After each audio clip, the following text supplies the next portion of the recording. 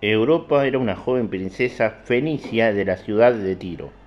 Un día fue a la playa a jugar con sus amigas y así encontró a un enorme toro que vagaba por la arena.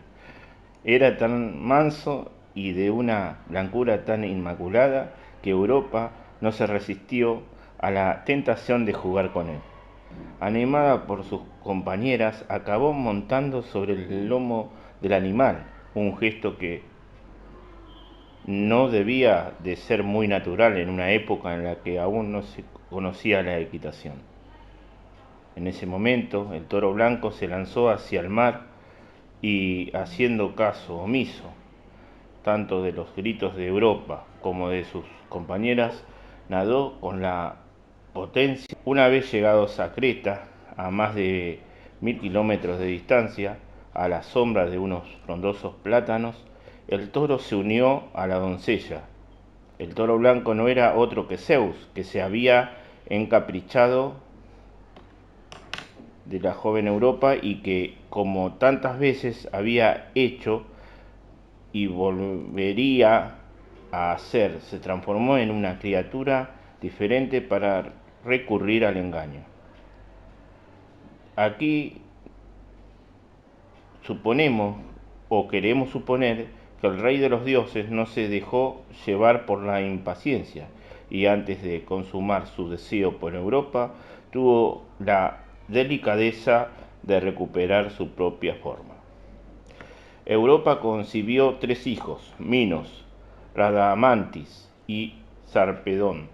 Se casó con el rey de Creta y éste adoptó a los niños, de manera que a su muerte Minos se convirtió en nuevo soberano de la isla. Pero no fue sin oposición, pues sus hermanos pretendían que se repartiera con ellos el poder. Minos afirmó que él era el elegido de los dioses y para demostrar cuánto lo favorecían pidió a Poseidón que hiciera brotar de las aguas del mar un toro, de nuevo, al que luego sacrificaría. El animal que salió de entre las olas era un ejemplar tan soberbio como el que raptó a Europa. A Minos se le ocurrió que, pudiendo usarlo como semental para fundar una nueva ganadería, era un desperdicio matarlo. Los dioses no perdonan a quienes no cumplen sus promesas. Poseidón apeló a la ayuda de Afrodita, la diosa del amor. Ella decidió actuar sobre la esposa de Minos, Pasífae, y su venganza fue rebuscada y terrible. Hizo que se enamorara del mismísimo toro que había surgido de las olas. Pasífae acudió a Dédalo, un ingeniero ateniense que se había refugiado en la corte de Minos. Dédalo construyó una armazón de madera en forma de vaca de tal realismo que el toro mordió el anzuelo.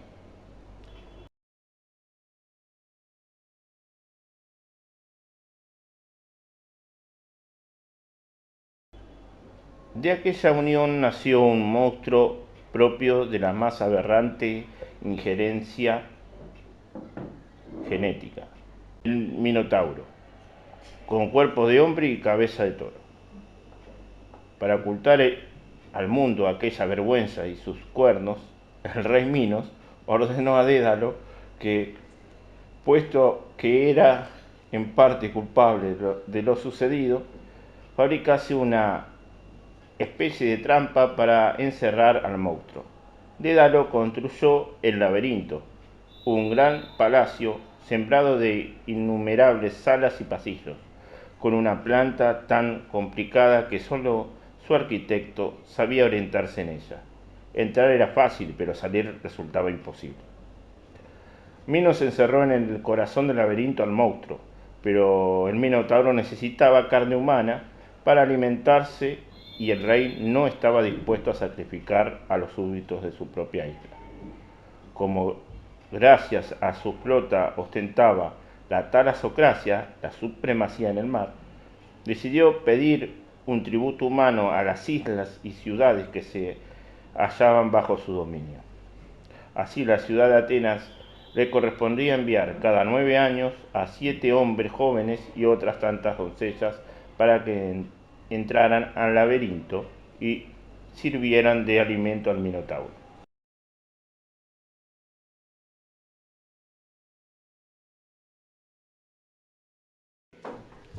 Teseo era hijo de Egeo, rey de Atenas y de Etra. Egeo había matado al hijo de Minos, por lo que Creta sitió a Atenas, que se vio rápidamente asolado por el hambre y las enfermedades, por lo que Egeo tuvo que aceptar las condiciones de Minos. La ciudad de Atenas debía entregar cada año un tributo a Minos, rey de Creta. Debían entregar cada año 14 jóvenes de las familias más nobles de la ciudad, 7 chicas y 7 chicos, que serían entregados al Minotauro que se encontraba en el laberinto de la ciudad. Teseo, al tener conocimiento de esto, decidió ofrecerse como tributo anual a pesar de que su padre le insistía en no hacerlo para lograr terminar con la bestia. Al final logró convencerle afirmándole que si tenía éxito y conseguía volver, pondría velas blancas en su barco, y si había fracasado, las velas serían negras. Al llegar a Creta, el propio rey Minos los examinó para confirmar que servían como sacrificio humano. Teseo, al encontrarse en la corte, conoció a la hija de este, Ariadna, de quien se enamoró perdidamente. Ella se enteró del objetivo que tenía Teseo y, habiéndose enamorado también de él, decidió ayudarle, ya que a pesar de que lograse matar al Minotauro, salir del laberinto era imposible. Por ello le entregó un ovillo de hilo de oro. Cuando entró en el laberinto, Teseo fue desenrollado el ovillo para después encontrar la salida. Al encontrar al Minotauro, lo primero que hizo fue dar rodeos para tratar de agotar a la bestia. Una vez que el Minotauro estaba agotado, se enfrentó a él hasta que expiró. Después fue siguiendo el hilo que le había dado su amada para encontrar la salida. Tras la victoria, Teseo se reunió con los jóvenes que le habían acompañado y con Ariadna. Juntos no tardaron en embarcarse y poner rumbo a Atenas. Durante el trayecto tuvo lugar una gran tormenta que les hizo detenerse en una isla de Naxos. Ariadna, que se encontraba indispuesta, bajó del barco. Unas leyendas dicen que Teseo la abandonó, otras que se olvidaron de que había bajado y otras que el barco se alejó debido a las condiciones climáticas. Lo cierto es que el barco partió dejando a Ariadna en la isla y separando por tanto a los jóvenes. Dionisio encontró a Ariadna convirtiéndola en su esposa. Teseo, debido a la euforia del triunfo, se olvidó de cambiar las velas negras por las blancas. Egeo, viendo las velas negras, que significaban que su hijo había fracasado, creyó que su hijo había muerto. No pudo soportarlo y se arrojó al mar. Teseo decidió llamar a Egeo como su padre. Una vez subió al trono. Gracias a su nombramiento como rey, logró unir a los pueblos formando el estado ateniense.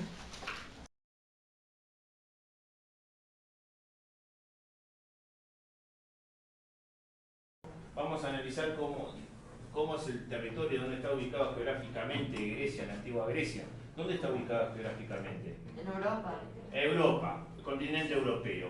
¿Qué zona de Europa? La península balcánica. La península balcánica, el sur de los Balcanes, muy bien. ¿Sí? Es un territorio como, dice, montañoso, con muchas Con muchas islas. Tiene una parte continental, sí, una parte más pegada al continente, y otra parte con islas que bañan todo el mar Egeo, ¿sí? y toca también el mar Mediterráneo.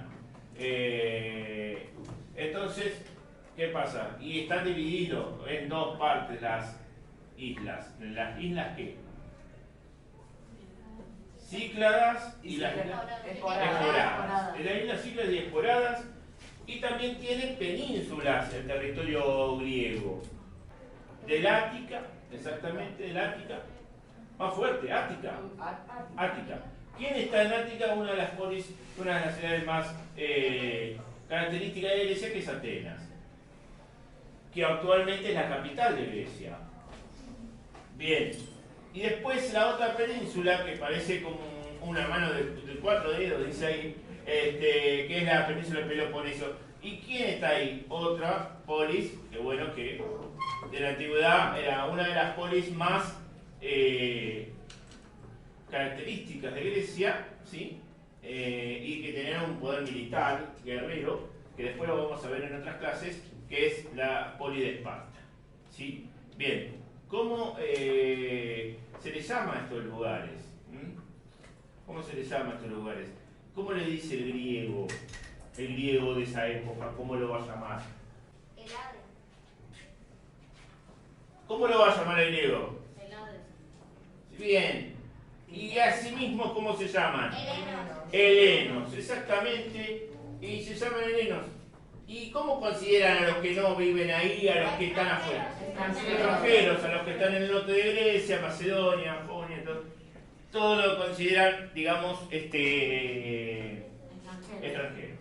¿Sí? Y las características del territorio que ¿permitía tener todo un solo gobierno o toda la organización una sola vez? No.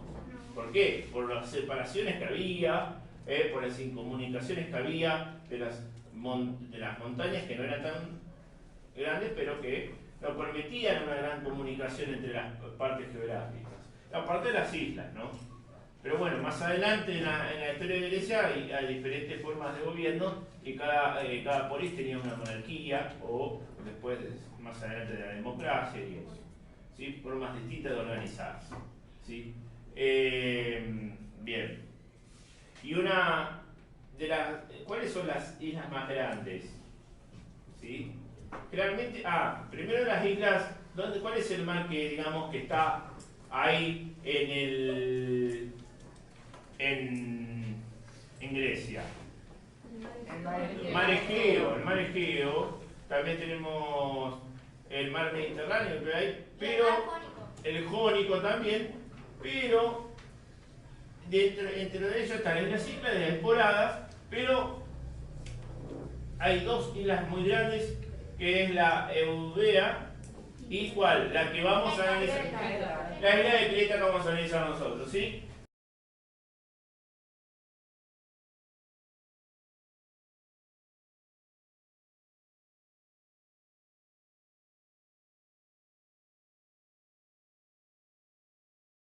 Bueno, esta civilización que vamos a analizar en la isla de Creta, bueno, se toma el nombre antes esta civilización surge, mucho antes que vengan los invasores indoeuropeos al Hélade. Entonces, ¿qué pasó? ¿Por qué? ¿Cómo se llama esta civilización? ¿Cómo se la conoce? Algunos dicen civilización cretense o civilización creto-minoica. ¿Por qué creto-minoica? Porque se atribuye ese nombre minoica al rey Minos, uno de sus reyes más característicos, y es el que está incluido en la leyenda del Minotauro, el rey Minos, el hijo de Zeus.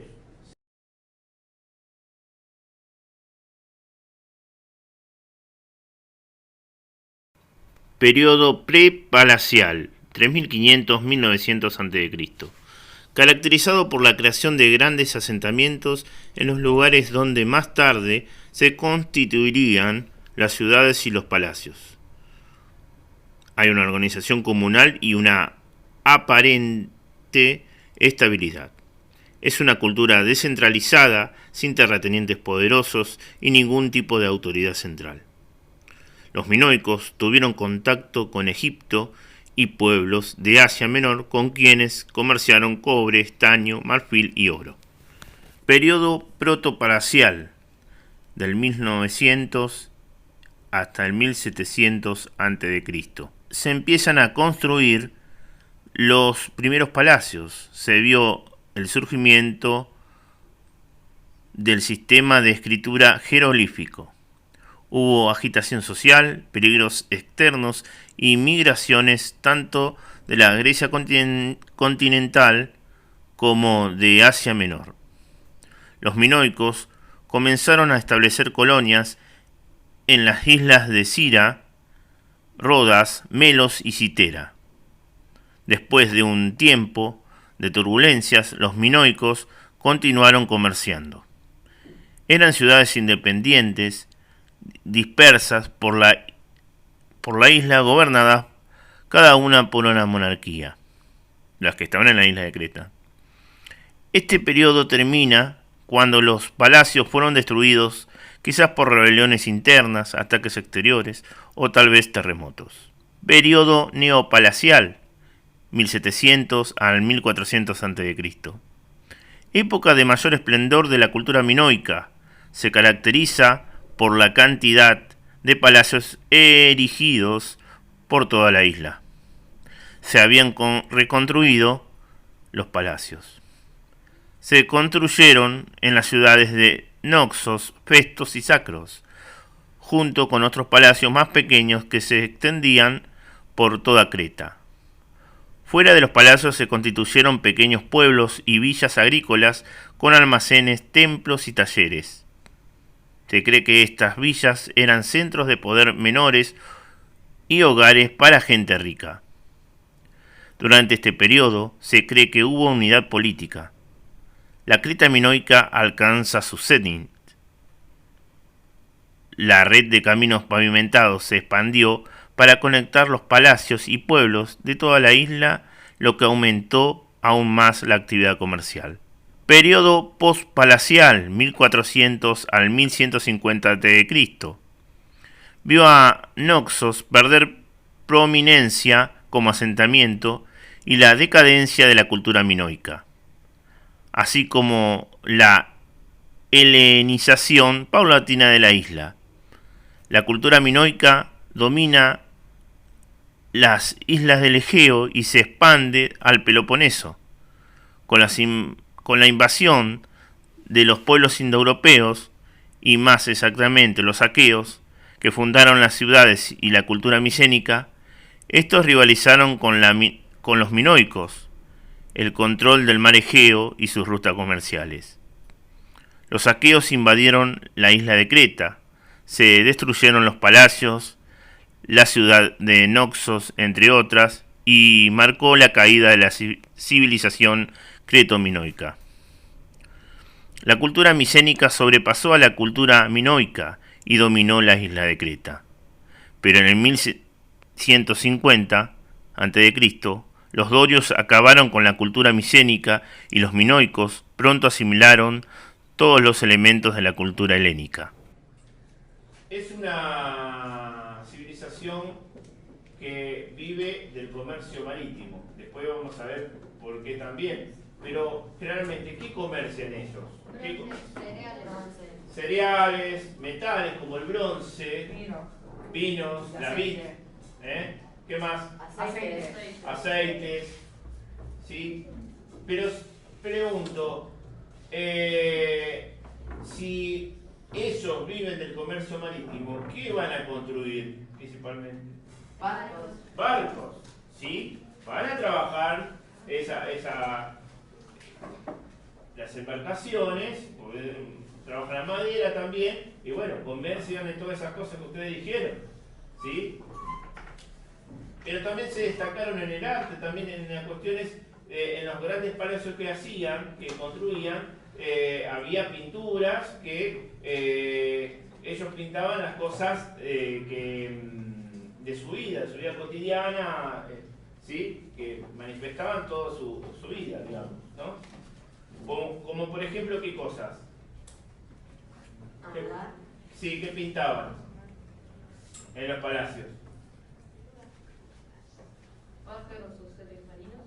Claro, sí, todo lo que tenga que ver con la cuestión marítima, ¿sí? Exactamente. Sí. Y otra de las cosas características que no está desarrollado en el texto es que ahí empezaron distintas destrezas deportivas, competencias entre las ciudades cretenses, que eso va a llevar, cuando se lleve esa costumbre hacia la parte continental de Grecia y a otras islas, va a constituir los Juegos Olímpicos. Son los antecesores ahí, ¿sí? Por eso las costumbres cretenses tienen mucho que ver con la civilización griega en sí, en toda Grecia, ¿sí? Y en eso es característico, porque en realidad los griegos unían en el momento, de hacer esas competencias deportivas, esos juegos en Olimpia, ¿sí? Y después la religión compartían algunas cosas, ¿sí? Las cuestiones políticas no compartían porque había distintas formas de gobierno, pero lo deportivo y la religión compartían y diversas costumbres, ¿sí? Los dioses, obviamente, lo comparten, ¿sí? Bien. ¿Qué construían, dijeron ustedes también antes? Palacios. Había, la isla se componía de varias ciudades. Una de las más características eran Noxos, Festos, ¿sí? Y ahí había esos palacios. Y eran bellos palacios. Pero después, cuando hubo invasiones de otros pueblos, destruyeron los palacios, y después hubo otra época donde se construyeron la época de los nuevos palacios. Entonces, la organización social, ¿quién lideraba la organización social de esta civilización? Los grandes comerciantes. Los grandes comerciantes, y comerciantes que tenían que ver con el negocio marítimo, ¿sí? Entonces, ellos tenían el poder dentro de esa organización y estaban ahí líderes. Ahí. Y esto se llama, de estos comerciantes que tenían el poder marítimo, el comercio marítimo, se llama talasocracia, el dominio de los mares, ¿sí? El poder de los mares, ¿sí? Esa forma, en base a estos comerciantes, mercaderes, era la talasocracia. ¿Está? Algunos dicen que por desastres naturales, otros por... distintos pueblos con lenguas originarias. Claro, sí, ahí, sí. Que en varias zonas, no solamente en Creta, en varias zonas del Medio Oriente, Cercano Oriente, han invadido. Pero, ¿qué pasa? También se le atribuye a desastres naturales, como dije, rebeliones internas, competencias entre las ciudades. Desastres naturales, me refiero cuando digan terremotos o algún volcán, eso. Pero fundamentalmente, yo creo que desaparece por las invasiones, ¿sí? Aunque algunos invasores respetaban las culturas, cuando invaden, llevan más de su cultura que de la que está autóctona. Entonces, cuando se ocurrió la invasión de los pueblos aqueos e invadieron Creta, ya estaba prácticamente en decadencia Creta igual. Entonces, quedaron invadidos y medio que fue desapareciendo el poder cretense, ¿sí? Que a veces también hasta con los fenicios competía. Entonces, ¿pero dónde quedó el legado de los cretenses? Dije antes. ¿A dónde lo llevó? ¿A toda qué? ¿El legado de los cretenses dónde quedó? ¿En toda qué? En toda Grecia. Sí, más adelante en toda Europa. En toda Grecia, ¿sí? El legado ese. Por más que haya habido invasiones. Bueno, los aqueos van a fundar diferentes ciudades también en toda Grecia, en Creta, en toda Grecia, que después, más adelante, y esa es la otra parte que vamos a analizar, que es las ciudades micénicas, ¿sí? Las ciudades micénicas, esa es la otra parte que vamos a analizar.